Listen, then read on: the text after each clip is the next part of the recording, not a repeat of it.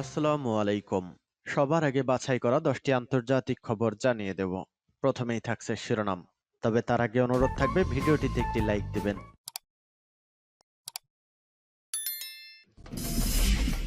জানিয়ে দিব আজকের রাশিয়া ইউক্রেন যুদ্ধের আপডেট, সর্বশেষ সংবাদ সবার আগে।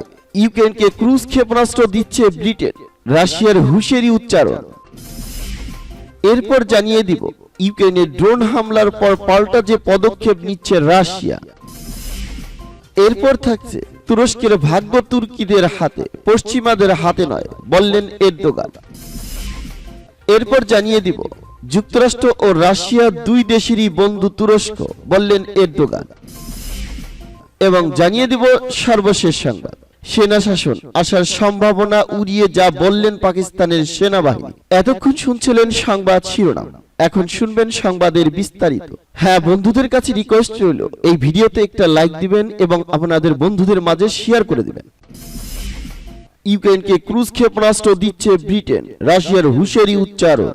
ইউক্রেনকে দীর্ঘ পাল্লার ক্রুজ ক্ষেপণাস্ত্র সরবরাহ করার ব্যাপারে ব্রিটেন যে সিদ্ধান্ত ঘোষণা করেছেন তার প্রতিবাদ জানিয়েছে রাশিয়া। ব্রিটেনের বিরুদ্ধে পাল্টা ব্যবস্থা নেওয়ার হুঁশিয়ারি উচ্চারণ করে রুশ পররাষ্ট্র মন্ত্রণালয় এক বিবৃতিতে বলেছে, ব্রিটেনের এই পদক্ষেপ ইউক্রেন সংঘাতকে মারাত্মকভাবে বাড়িয়ে তুলবে।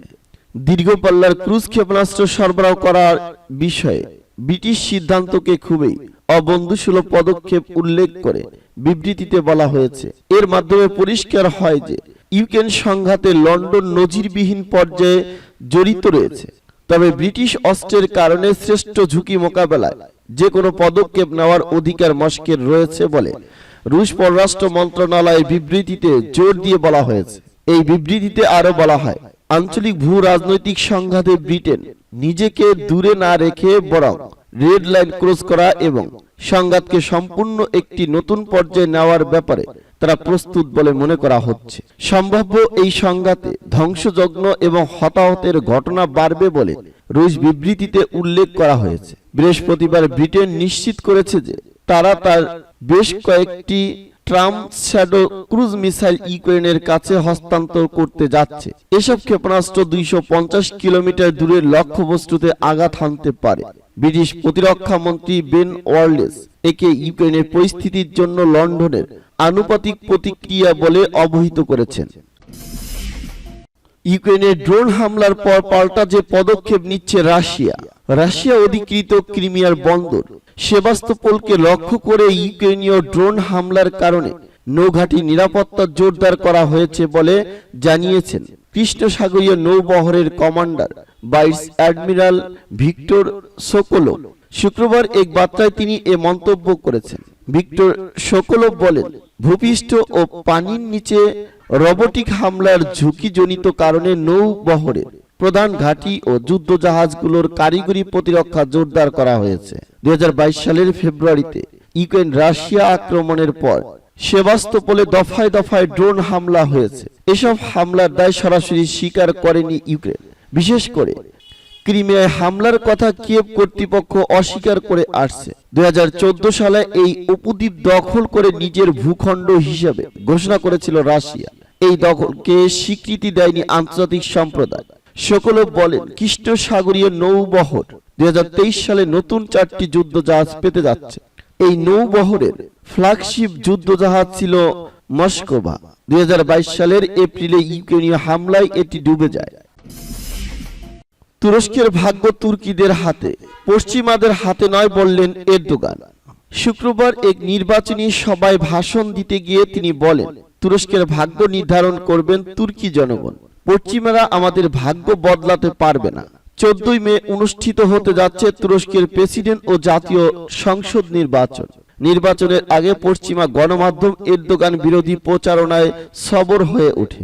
এরদোগান জনসভায় প্রশ্ন রাখেন, কিভাবে পশ্চিমা তাদের পত্রিকার বা ম্যাগাজিনের কভার পেজ হেডিং করে এরদোগান মাস্ট গো, এটা তুরস্কের নাগরিকদের স্বাধীনতার হস্তক্ষেপ। জার্মানি, ফ্রান্স ও যুক্তরাষ্ট্রের পত্রিকাগুলো যেন আদা জল খেয়ে আমার পিছে লেগেছে। ইস্তাম্বুলের শুক্রবার এক জনসভায় এসব কথা বলেন এরদোগান। ব্রিটিশ সাপ্তাহিক ইকোনমিস্ট কভার পেজে হেডিং করে সেভ ডেমোক্রেটিস, এরদোগান মাস্ট গো ও ভোট। ফরাসি পত্রিকা লা পয়েন্ট এবং লা এক্সপ্রেস ম্যাগাজিনে এই ধরনের এরদোগান বিরোধী খবর ও মতামত ছাপা হয়। প্রেসিডেন্ট নির্বাচনে এরদোগানের মূল প্রতিদ্বন্দ্বী কামাল কিলিচদারোগলু, তিনি ন্যাটো সদস্যভুক্ত তুরস্ককে আরও পশ্চিমাপন্থী আর গণতান্ত্রিক অবস্থানের দিকে ফিরিয়ে আনতে চান। দেশের সংসদীয় ও প্রধানমন্ত্রী ব্যবস্থা ফিরিয়ে আনা আর স্বাধীন আদালত ও একটি উন্মুক্ত গণমাধ্যম ব্যবস্থা গঠনের প্রতিক্রিয়া দেন তিনি। কামালের অভিযোগ, এরদোগানকে নির্বাচনে জয়ী করতে কাজ করছে রাশিয়া। তুরস্কের নির্বাচনকে প্রভাবিত করছেন রুশ প্রেসিডেন্ট পুতিন। মতাদর্শের দিক থেকে দুই প্রেসিডেন্টের প্রার্থীর অবস্থাও পুরোপুরি উল্টো। 20 বছরও বেশি সময় ক্ষমতায় থাকার পর প্রেসিডেন্ট রেসেপ তাইপ এরদোগান এবারের নির্বাচনী প্রতিশ্রুতি একটি শক্তিশালী বহুপাক্ষিক তুরস্ক গঠন ও 60 লাখ কর্মসংস্থান তৈরি করে। এরদোগানের অভিযোগ, তাকে ক্ষমতা থেকে নামানোর চেষ্টা করেছেন পশ্চিমারা। তুরস্ক পশ্চিমের ন্যাটো প্রতিরক্ষামূলক জোটের অংশ। তবে এরদোগান প্রেসিডেন্ট নির্বাচনের আগে চীন ও রাশিয়ার সঙ্গেও ঘনিষ্ঠ সম্পর্ক তৈরি করতে চেয়েছেন। রুশ S-400 বিমান প্রতিরক্ষা ব্যবস্থাও কিনেছেন আর রাশিয়া নির্মিত একটি পারমাণবিক কেন্দ্র উদ্বোধন করেছেন। ইতিমধ্যে তার প্রতিপক্ষ ও তার মিত্ররা ইউরোপীয় ইউনিয়নের যোগদানের প্রতিক্রিয়ায় ফিরে আসতে চায় আর রাশিয়ার সঙ্গে সম্পর্ক বজায় রেখে যুক্তরাষ্ট্রের সঙ্গে তুরস্কের সামরিক সম্পর্ক পুনরুদ্ধার করতে চায়। যুক্তরাষ্ট্র ও রাশিয়া দু দেশেরই বন্ধু তুরস্ক, বললেন এরদোগান। ওয়াশিংটন ও মস্কো দুই দেশের সঙ্গেই আঙ্কারার দারুণ সম্পর্ক রয়েছে বলে দাবি করেছেন তুরস্কের প্রেসিডেন্ট রেসেপ তাইপ এরদোগান। তিনি বলেছেন, যুক্তরাষ্ট্র বা রাশিয়া কেবল নয়, পশ্চিমে যারা আমাদের প্রতি ঘৃণা পোষণ করে তাদেরও বন্ধু তুরস্ক। 14 মে তুরস্কের প্রেসিডেন্ট ও পার্লামেন্ট নির্বাচনের ভোট হবে। ভোটের মাত্র 3 দিন আগে বৃহস্পতিবার প্রেসিডেন্ট এরদোগানের প্রধান প্রতিদ্বন্দ্বী কামাল কিলিচদারোগলু ভোটে হস্তক্ষেপ নিয়ে রাশিয়াকে সতর্ক করেন। এর একদিন পর শুক্রবার এমন মন্তব্য করেন এরদোগান। ক্রেমলিনের মুখপাত্র দিমিত্রি পেসকভ অবশ্য শুক্রবার কিলিচদারোগলুর অভিযোগ প্রত্যাখ্যান করেছেন। তিনি বলেন, তুরস্কের নির্বাচনে রাশিয়া কখনোই হস্তক্ষেপ করবে না। যারা এ ধরনের গুজব ছড়ায় তারা মিথ্যাবাদী। তুরস্কের এবারে প্রেসিডেন্ট নির্বাচনে এরদোগানের পাশাপাশি লড়ছেন কিলিচদারোগলু এবং এটিএ জোটের সিনান ওগান।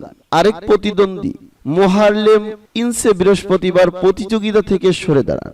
বিরোধী দল নির্বাচনে জয় পেলেও দল ছাড়বেন না এমন সমালোচনার বিষয়ে জানতে চাইলে এরদোগান বলেন, ব্যালট বাক্সর ফলকে আমি বৈধ বলে গণ্য করব। এর আগে রাশিয়া সম্পর্কে মন্তব্যের জন্য কিলিচদারোগলু সমালোচনা করেছিলেন এরদোগান। তিনি বলেন, আপনি পুতিনকে আক্রমণ করবেন, আমি এটা মেনে নেব না, কারণ রাশিয়ার সঙ্গে তুরস্কের বৈদেশিক বাণিজ্যের পরিমাণ যুক্তরাষ্ট্রের চেয়ে বেশি।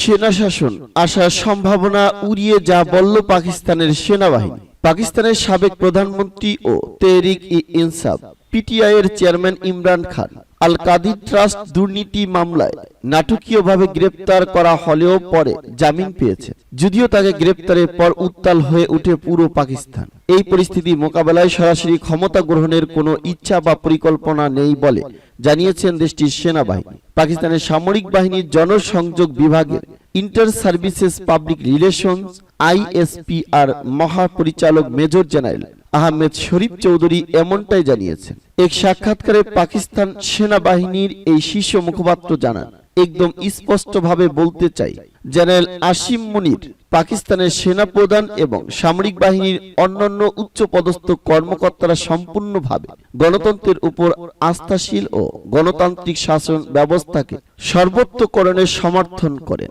সুতরাং সেনাবাহিনী ক্ষমতা গ্রহণের কোনো প্রশ্নই উঠে না। এসব একেবারে অবাস্তব কথাবার্তা। গতকাল ইসলামাবাদ হাইকোর্টের একটি ডিভিশন বেঞ্চ ইমরান খানের 2 সপ্তাহের জামিন মঞ্জুর করেন। আপাতত ইমরানকে 15 দিনের সুরক্ষামূলক জামিন দেওয়া হয়েছে এবং 9 মের পর দায়ের করা যে কোনো মামলায় বুধবার পর্যন্ত তাকে গ্রেপ্তার না করতে সংশ্লিষ্ট কর্তৃপক্ষকে নির্দেশ দিয়েছেন আদালত। এদিকে ফের গ্রেপ্তার করার আশঙ্কা থেকে কঠিন হুঁশিয়ারি দিয়েছেন ইমরান খান। পুনরায় গ্রেপ্তার করা হলে দেশ জুড়ে অস্থিরতার সতর্ক করেন তিনি। ইমরান বলেন, আমি 100% নিশ্চিত যে আমাকে গ্রেপ্তার করা হবে, তবে পুনরায় গ্রেপ্তার করা হলে দেশ জুড়ে তিনি অস্থিরতার হুঁশিয়ারি দেন। এর আগে মঙ্গলবার ইসলামাবাদ হাইকোর্ট প্রাঙ্গণ থেকে ইমরান খানকে গ্রেপ্তার করেন এনবির সদস্যরা। এতে রেঞ্জার্স সদস্যদের সহায়তা নিয়েছিলেন তারা। ইমরানকে গ্রেপ্তারের পর পাকিস্তান জুড়ে সহিংস বিক্ষোভ হয়। এতে অন্তত 8 জন নিহত হয়েছেন।